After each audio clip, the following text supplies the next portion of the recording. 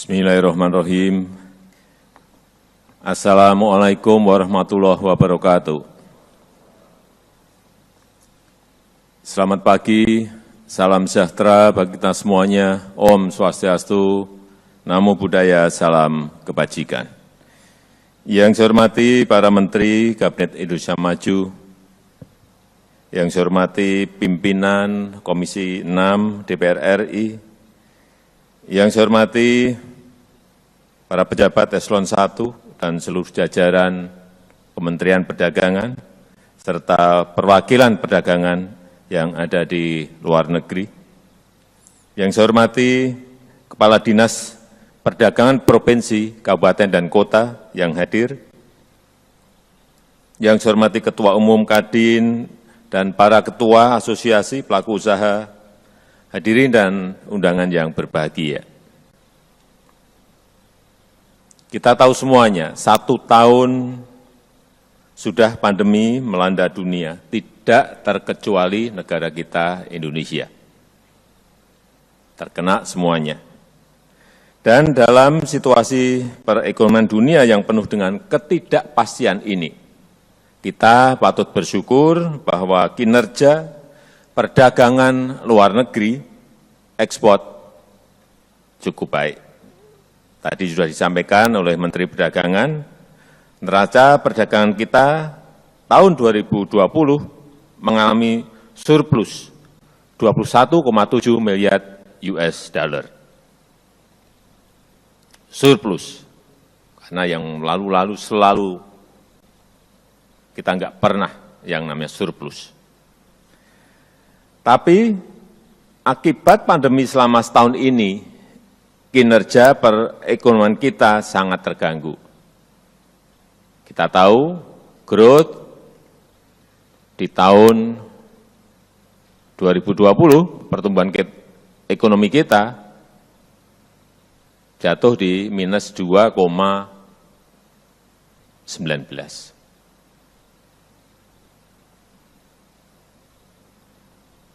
Dan akibat pandemi selama setahun ini, kinerja perekonomian kita berada dalam situasi yang tidak mudah, berada dalam situasi yang tidak gampang. Oleh sebab itu, kita semua harus bekerja keras untuk mempercepat pemulihan perekonomian nasional kita. Target di dalam APBN tahun ini, growth pertumbuhan ekonomi kita harus mencapai angka kurang lebih 5%. Bukan sesuatu yang mudah, dari minus 2,19. Dalam kaitan ini, saya minta kita semuanya sekali lagi bekerja keras, dan saya minta agar kebijakan perdagangan memberikan kontribusi besar terhadap agenda strategis pemulihan perekonomian nasional kita. Kita harus bekerja dengan cara-cara baru, karena semuanya memang berubah, meninggalkan cara-cara lama.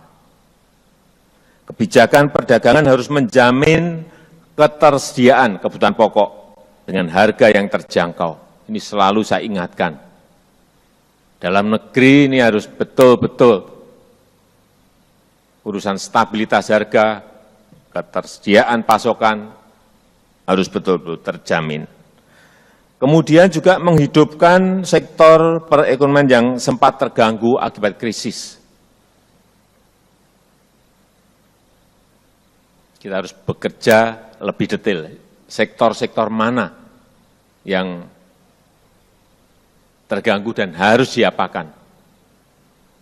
Apakah diberi insentif, ataukah diberi stimulus, kemudian mengundang investasi baru. Kunci growth, kunci pertumbuhan ekonomi kita adalah di investasi. Karena nggak mungkin kita menambah secara drastis APBN kita. Artinya, kuncinya ada di investasi. Serta menciptakan peluang kerja yang sebanyak-banyaknya, ini yang ditunggu-tunggu masyarakat. karena sudah ada sekarang ini hampir 10 juta pengangguran di negara kita, baik karena pandemi dan juga angkatan kerja baru. Bapak Ibu hadirin yang saya hormati, pertama, perdagangan digital adalah sebuah keharusan dan harus dikembangkan, harus dikelola sebaik-baiknya. Pemerintah harus menciptakan, kita semua harus menciptakan ekosistem e-commerce yang adil dan bermanfaat. Transformasi digital harus tetap menjaga kedaulatan dan kemandirian bangsa. Dan kita, Indonesia, tidak boleh menjadi korban perdagangan digital yang tidak adil. Negara-negara lain banyak mengalami ini dan kita tidak boleh menjadi korban perdagangan digital yang tidak adil. Kemudian perdagangan digital harus meningkatkan TKDN. Ini selalu saya ulang-ulang, komponen dalam negeri, komponen dalam negeri, komponen dalam negeri, produk dalam negeri, produk dalam negeri. Selalu saya ulang-ulang, harus didorong produksi dalam negeri.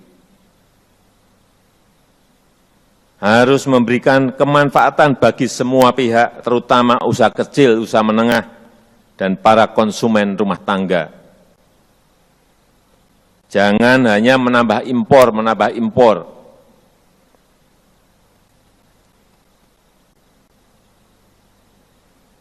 Saya senang, impor turun, tetapi jangan sampai yang turun itu di barang modal atau bahan baku. Yang turun itu di barang-barang konsumsi, itu bagus. Selalu saya lihat detail di Bea Cukai, angka-angkanya setiap hari. Sekali lagi, kita bukan bangsa yang menyukai proteksionisme. Karena sejarah membuktikan bahwa proteksionisme justru merugikan. Tetapi kita juga tidak boleh menjadi korban unfair practices dari raksasa digital dunia. Transformasi digital adalah win-win solution bagi semua pihak. Perdagangan digital harus mendorong pengembangan UMKM kita. Ini manfaatnya sudah kita lihat. Kekuatan digital harus dimanfaatkan untuk merangkai antara supply dari UMKM di seluruh Indonesia dengan pasar nasional dan pasar global. Perdagangan digital harus memberdayakan UMKM kita. Yang kecil-kecil ini kalau diangkat, kalau diberikan peluang, saya melihat banyak sekali. Ada keripik sekarang bisa usahanya rumah tangga, bisa ekspor ke Korea, bisa ekspor ke Jepang. Kecil-kecil, tapi ini kalau kita detail dan bekerja keras untuk mereka, ini juga bukan sesuatu yang sulit. Hanya dirubah sedikit, kemasannya diperbaiki, brandnya diperbaiki, didorong untuk ekspor. Dan biasanya nanti mulai kacaunya itu kalau sudah menyangkut kapasitas. Ini tugas kita juga untuk mendorong perbankan untuk mau menyuntikkan kepada UMKM kita agar kapasitasnya bisa naik. Jika ada praktek perdagangan digital yang berperilaku tidak adil terhadap UMKM, harus segera diatur dan harus segera diselesaikan. Baru minggu kemarin saya sudah sampaikan ke Pak Menteri Perdagangan, ini ada yang nggak benar ini. Di perdagangan digital kita, membunuh UMKM, diperingatkan. Karena kita harus membela, melindungi, dan memberdayakan UMKM kita agar naik kelas. Ini salah satu tugas terpenting Kementerian Perdagangan. Yang kedua, Kementerian Perdagangan harus punya kebijakan dan strategi yang tepat untuk mengembangkan pasar produk nasional kita. Misalnya dengan mendukung program bangga buatan Indonesia. Bangga buatan Indonesia. Pusat perbelanjaan, mal, harus terus didorong, Jakarta sampai ke daerah, dorong untuk memberikan ruang bagi produk-produk Indonesia, khususnya UMKM. Jangan sampai ruang depan, lokasi-lokasi strategis, justru diisi oleh brand-brand dari luar negeri. Ini harus mulai digeser. Mereka digeser ke tempat yang tidak strategis.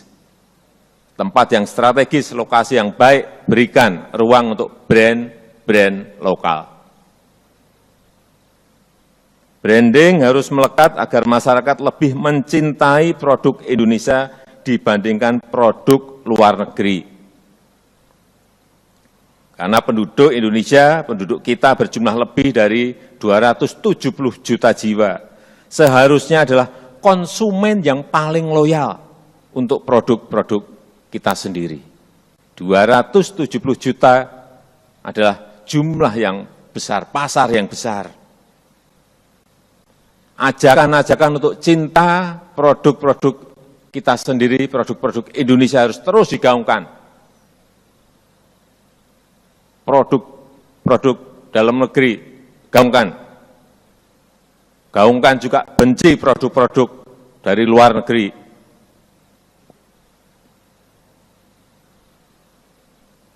Bukan hanya cinta, tapi benci. Cinta barang kita, benci produk dari luar negeri. Sehingga betul-betul masyarakat kita menjadi konsumen yang loyal sekali lagi untuk produk-produk Indonesia. Bapak Ibu hadirin yang saya hormati, pasar ekspor juga harus mendapatkan perhatian yang serius. Untuk itu, ketiga, saya minta pasar-pasar non-tradisional harus terus diperluas. Ini bertahun-tahun selalu kita arahnya selalu ke Uni Eropa, Amerika. Jangan terjebak pada pasar ekspor yang itu saja. Sekarang tumbuh pasar-pasar baru yang harus digarap secara serius. Banyak negara-negara yang tumbuh ekonominya, growth-nya lebih dari 5%. Di Afrika, di Asia Selatan, di Eropa Timur, dan negara-negara lainnya. Harus diseriusi. Keempat, saya minta agar UMKM dibantu agar lebih mampu untuk ekspor. Tadi sedikit sudah saya singgung. Kita perlu lebih banyak UMKM yang menjadi eksportir dalam jumlah yang besar. Saat ini 90% pelaku ekspor adalah UMKM. 90% pelaku ekspor adalah UMKM. Namun kontribusi ekspornya hanya 13%. Artinya kapasitasnya perlu ditambah, perlu diperbesar.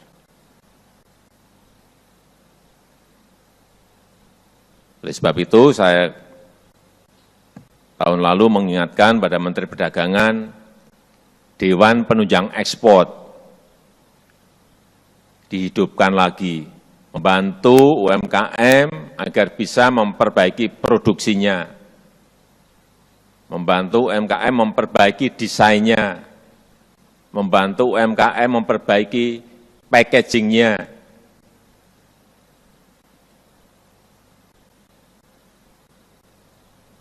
Sehingga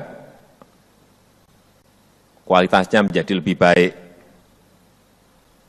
Dan ini harus berkolaborasi dengan kementerian, lembaga yang lain, institusi yang lain, dalam rangka meningkatkan daya saing UMKM kita di pasar global. Oleh karena itu, kelima, ini percepat penyelesaian perundingan dengan negara-negara potensial. Ini adalah agenda prioritas, karena di masa-masa seperti ini kita membutuhkan pasar ekspor baru. Kita telah menyelesaikan IASEPA, dengan Australia, dengan Korea, dengan EU, tolong ini Pak Menteri didorong agar juga segera selesai, dan negara-negara lain yang kita belum memiliki SEPA ini segera dirampungkan, segera diselesaikan. Implementasi 23 perjanjian perdagangan bilateral dan regional yang sudah ditandatangani juga harus benar-benar dimanfaatkan oleh para pelaku usaha. Saya berikan contoh misalnya dengan Australia, kita sudah punya IASEPA. Lihat peluang-peluang yang ada di sana. Saya kira yang gede peluangnya adalah otomotif. Pelajari betul.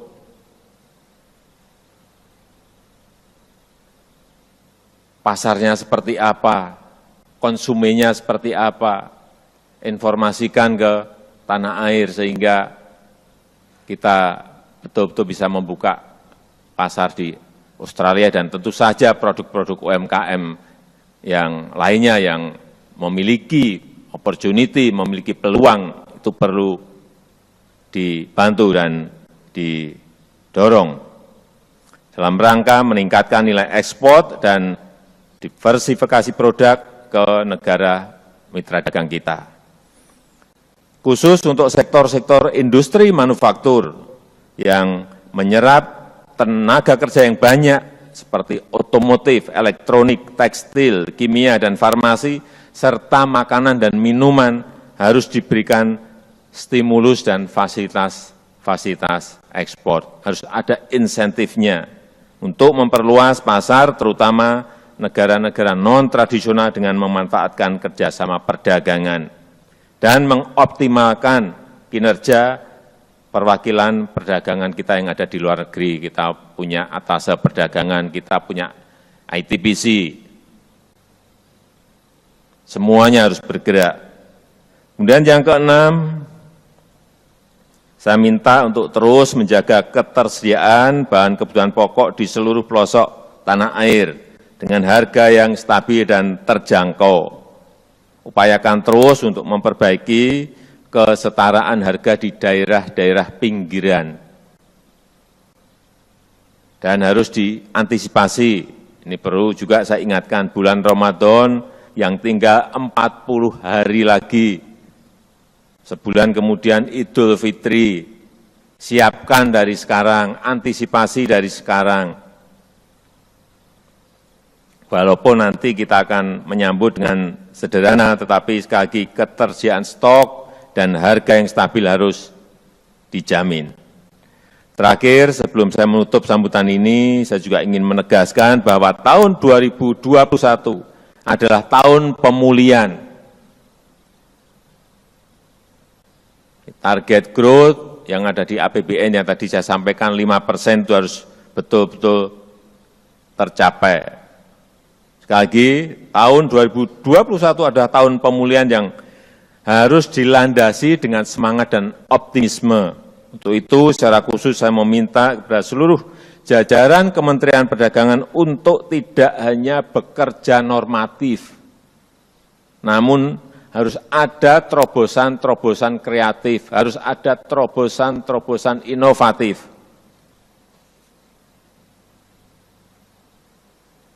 Saya rasa itu yang bisa saya sampaikan pada kesempatan yang baik ini.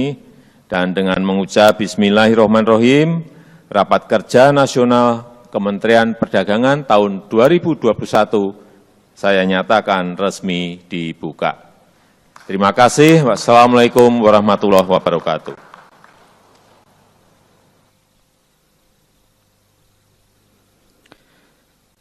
Sebagai ungkapan syukur kita